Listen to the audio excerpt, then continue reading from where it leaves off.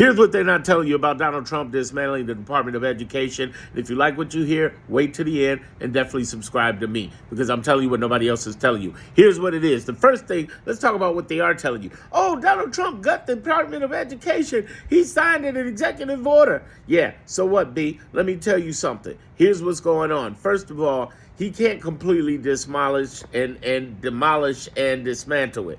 Don't let them fearmonger you into lies. Yeah, he's going to cut a lot of services, but wait to the end. You want to hear this? This is not clickbait. This is real. Let me break it down to you like this. The first thing is to understand his history over the last 8.5 weeks as president. Do you realize that there have been 38 judgments against him, either at the beginning of a case, the middle of a case, or the end of a case, or judges who just said, no way, we don't even need a case, we're just judging against it.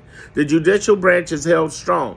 On what, you might ask? Firings, freezing money, tearing down departments. In fact, this very week, the judge said, listen, you need to reverse everything you did to the USAID that's happening. You need to reverse it. You need to get rid of everything. Tear down your software and your service and bring everything back. Bring that beat back. They just did the same thing for Social Security.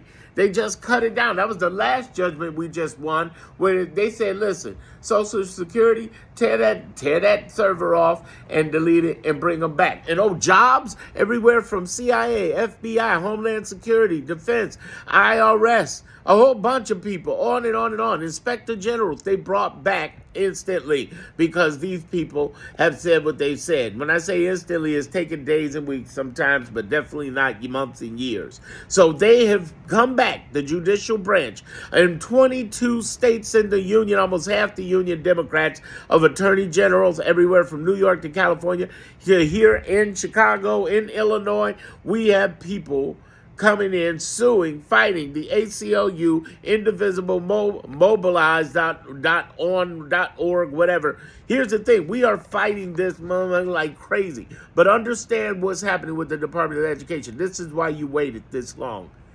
With this kind of history of reversing 95% of the things that he does, do you think a judge will not come in and say, how dare you cut these departments?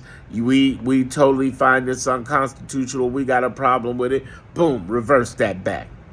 And if you think he's not listening to the judge, you're wrong. Look across the web. They're telling you they're listening to the judge. You know why? Because Trump can talk all he wants to. You know who's going to get hit first? The attorney generals. So basically, the U.S. attorneys are going to get hit out of the DOJ, because if they don't follow, they lose their license.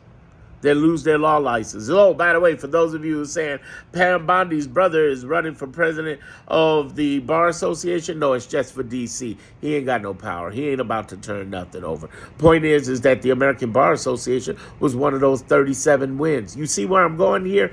Though he has done this executive order, and I'm wrapping this up, though he has done this executive orders,